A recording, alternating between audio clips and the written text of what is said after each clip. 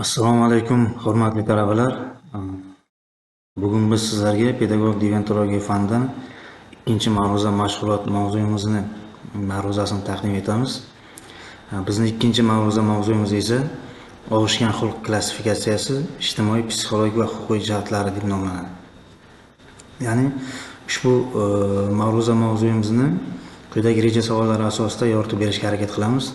Rejamizning birinchi savoli og'ishgan xulq klassifikatsiyasi. Ikkinchi rejamiz savoli esa og'ishgan xulqlarning psixologik jihatlari. Uchinchi rejamiz savoli og'ishgan xulqlarning ijtimoiy jihatlari va oxirgi rejamiz savoli esa og'ishgan xulqlarning huquqiy jihatlari deb nomlanadi. Hurmatli talabalar, ma'ruza mavzuyimizning asosiy qismiga o'tishdan oldin dastavval yana deviatsiya tushunchasiga qisqacha ta'rif berib o'tishni lozim deb topdik. Biz o'tgan ma'ruza mashg'ulotimizda deviatsiya tushunchasini lotincha so'zdan olingan bo'lib, og'ish degan ma'noni anglatishini sizlar bilan ko'rib o'tgan edik. Ya'ni bu qanday og'ish bo'ladi? Kengroq endi ushbu mavzumizda kengroq talqin qiladigan bo'lsak, jamiyatda belgilab qo'yilgan normalardan chetga chiqish, ya'ni hamma amal qilishi lozim bo'lgan normalardan chetga chiqish bu og'ish deb ataladi qaysidir ma'noda. Ya'ni unga shunday ta'rif beramiz. Insoniyat hayoti deviatsiya bu insoniyat hayoti me'yor va qoidalari bilan tartibga solinadigan ijtimoiy normalardan chetga chiqish hisoblanadi. Ya'ni jamiyatda guruh yoki ko'pchilik odamlar tomonidan qabul qilingan me'yor va me'yorlar yig'indisiga mos kelmaslik bu og'ish deb ataladi. Endi mavzumizning asosiy tushunchasi bo'lgan klassifikatsiya tushunchasini mazmunini yorita oladigan bo'lsak, klassifikatsiya degan ya'ni darajalashtirmoq yoki qismlarga ajratmoq degan ma'nolarda keladi.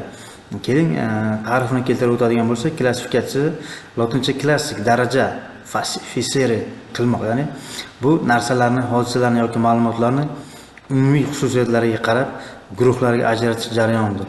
Bu ma'lumotlarni tizimlashtirish, tartibga solish va tushunishni osonlashtirish uchun qo'llaniladi. Rostdan ham qaysidir ma'noda olaylik, biron bir muammoni o'rganmoqchi bo'lsak, umumiy holatda o'rganish bizga qiyinchilik tug'diradi. Uni bir necha qismlarga, klassifikatsiyalarga ajratib olib turib, qism-qism holatda o'rgansak, bizga ya'ni tushunishimiz osonroq kechadi. Shu sababli ham biz ikkinchi mavzuyimizda aynan o'sha deviatsiyani yoki deviant xulqlarni bir necha klassifikatsiyalarga bo'lgan holatda, darajalarga ajratgan holatda biz sizga taqdim etamiz. Pedagog deontologiya fanida deviatsiyalarning bir necha klassifikatsion turlari e'tirof etiladi. Bular masalan birinchisi sabablariga ko'ra bo'lishi mumkin. Ikkinchisi darajalari va normativ huquqlariga ko'ra, uchinchisi oqibatlariga ko'ra, keyingisi tiplariga ko'ra, keyingisi jismoniy og'ish, masalan psixologik og'ish, pedagogik og'ish, ijtimoiy og'ish singari hokazo turlariga. Endi esa o'shalarni biz alohida har bitta klassifikatsiyasini sizga ko'rsatib o'tamiz. Demak, deviatsiyaning birinchi ajratib ko'rsatadigan jihatimiz og'ishgan darajasi, klassifikatsiyaning birinchi klassifikatsion darajasi bu xulqlarning sabablari va xususiyatlariga ko'ra klassifikatsiyasi. Deviatsion xulqlarning sabablari va xususiyatlariga ko'ra klassifikatsiyasi.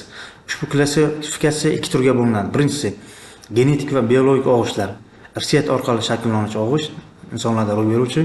Ikkinchisi ijtimoiy va psixologik omillar orqali shakllangan og'ishlar. Ya'ni bunda hech qanday gensiga ta'sir qilmaydi, shunchaki oilaviy muhit, ta'lim tizimi, iqtisodiy sharoitlar natijasida shakllanuvchi og'ishlar hisoblanadi. Bu bizning birinchi klassifikatsiyamiz, ya'ni og'ishgan xulqlarning sabablari va xususiyatlariga ko'ra klassifikatsiyasi edi.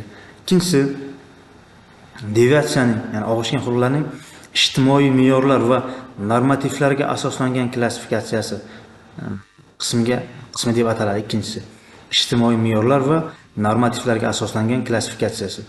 Ushbu klassifikatsiyasi ham ikki turga bo'linadi. Birinchisi ya'ni ijtimoiy normativlarga mos keladigan og'ish, deviatsiyalar, ikkinchisi ijtimoiy me'yorlarga qarshi bo'lgan og'ish, deviatsiyalar. Ijtimoiy me'yorlarga mos keladigan og'ish, masalan, jamiyat tomonidan qabul qilinuvchi og'ish, san'at yoki innovatsion fikrlar normadan chiqishi mumkin, ammo jamiyatda yangi nuqtai nazar sifatida qabul qilinadi. Ijtimoiy me'yorlarga qarshi bo'lgan og'ish esa jamiyat me'yorlariga qarshi chiqadigan, ko'pincha jazoga olib keladigan, yuridik jihatdan taqiqlangan og'ishlar hisoblanadi. Masalan, bular jinoyat bo'lishi mumkin yoki qandaydir axloqiy buzilishlar bo'lishi mumkin. Demak, deviatsiya klassifikatsiyasining 3-chi turi maqsadiga ko'ra og'ish deb ataladi. maqsadiga ko'ra og'ish turlari ikki turli bo'ladi. Birinchisi ommaviy og'ishlar, ikkinchisi shaxsiy og'ishlar. Ya'ni jamoaviy maqsad qo'ygan holatda qaysidir me'yorlarni buzib qo'yishi mumkin inson yoki yakka o'zining qaysidir maqsadi yo'lida me'yordan chetga chiqib ketishi mumkin. Bu narsa maqsadiga ko'ra og'ish deb ataladi bizning pedagog deontologiya fanimizda. Xo'p, keyingi klassifikatsiyasi bu oqibatlariga ko'ra og'ish turi klassifikatsiyasi hisoblanadi. Ya'ni qaysidir og'ish nima oqibatlarga olib kelishiga ko'ra klassifikatsiyasi. Bunga ko'ra turga ajratib ko'rsatiladi. Oqibatlariga ko'ra og'ish klassifikatsiyasi. Birinchisi salbiy og'ishlar, ikkinchisi zararli oqibatlar keltiruvchi og'ishlar, uchinchisi potensial xavf tug'diruvchi og'ishlar va to'rtinchisi ijobiy og'ishlar. Ya'ni biz xohlaymizmi yo'qmi, bu yerdan keltirib o'tyapmiz. Me'yordan og'ishning ham ijobiy tomonlari bo'lishi mumkin ekan.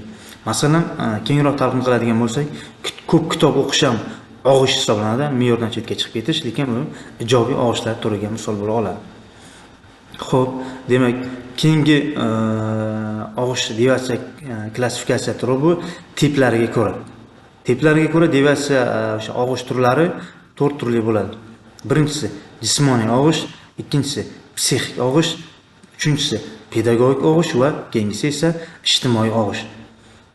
Hurmatli talabalar, endi ana shu tiplariga ko'ra og'ishning har biriga alohida to'xtalib o'tmoqchimiz. Masalan, birinchisi jismoniy og'ish. Jismoniy og'ish turlari kasallik, masalan, birinchi og'ish turi. Ikkinchisi ko'rishda nuqsonli, uchinchisi eshitishda nuqsoni bor og'ishlar bo'lishi mumkin. Keyingisi gapirishda nuqsoni bo'lgan va keyingisi harakat apparatida nuqsoni bo'lgan. Qaysi ma'noda buni biz inklyuziv pedagogika sifatida ta'riflasak bo'ladi. Demak, keyingisi psixik holatiga ko'ra og'ish turlari. Psixik holatga ko'ra og'ish turlari ham 3 xil turli ko'rinishga ega bo'ladi. Birinchisi psixik rivojlanishdan ortda qolgan og'ish. Ikkinchisi irodaviy holatdan ortda qolgan og'ish va uchinchisi aqliy zaiflik. Demak, o'sha psixik holatdagi o'quvchilarning og'ishi 3 xil ko'rinishda pedagog deontologiya fanida aks etadi.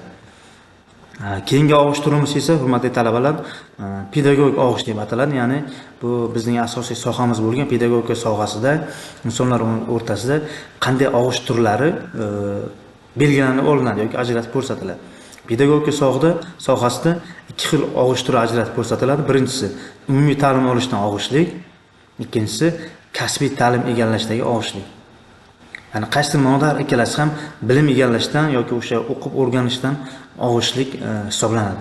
Albatta bu juda ham sohamiz pedagogika bo'lganligi uchun biz e'tibor qaratadigan, biz alohida shug'ullanadigan og'ish turi hisoblanadi.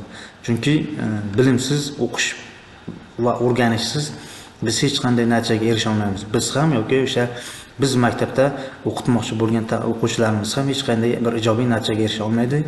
Jamiyatga ham, davlatga ham manfaat keltira olmaydi. Demak, shu sababli ham biz bu og'ish turiga alohida e'tibor qaratishimiz kerak bo'ladi. Va keyingi og'ish tiplariga ko'ra og'ish turining oxirgisi, 4-inchisi bu ijtimoiy og'ish deb ataladi. Bilamiz, ijtimoiylashuv, o'sha ijtimoiy pedagogika bu insonning jamiyatdagi o'rnini, moslashishini, holatini asoslab beruvchi bir me'yor hisoblanadi va ijtimoiy og'ish turlari ham asosan shunga qaratilgan jihat ekanligini biz bu yerdan ko'rib olishimiz mumkin. Masalan, buni turlarini keltiradigan bo'lsak, birinchisi yetimlik, ikkinchisi xulqiy og'ishlik, uchinchisi qarovsizlik, to'rtinchisi daydilik, beshinchisi tilanchilik. Demak, pedagogik deontologiyada ijtimoiy og'ishning mana shunday turlari belgilab o'tiladi. Hurmatli talabalar, demak, ushbu taqdimotimizda biz pedagogik deontologiyada deviatsiyalarning, ya'ni og'ishlarning barcha klassifikatsion turlarini sizning e'tiboringizga havola etdik.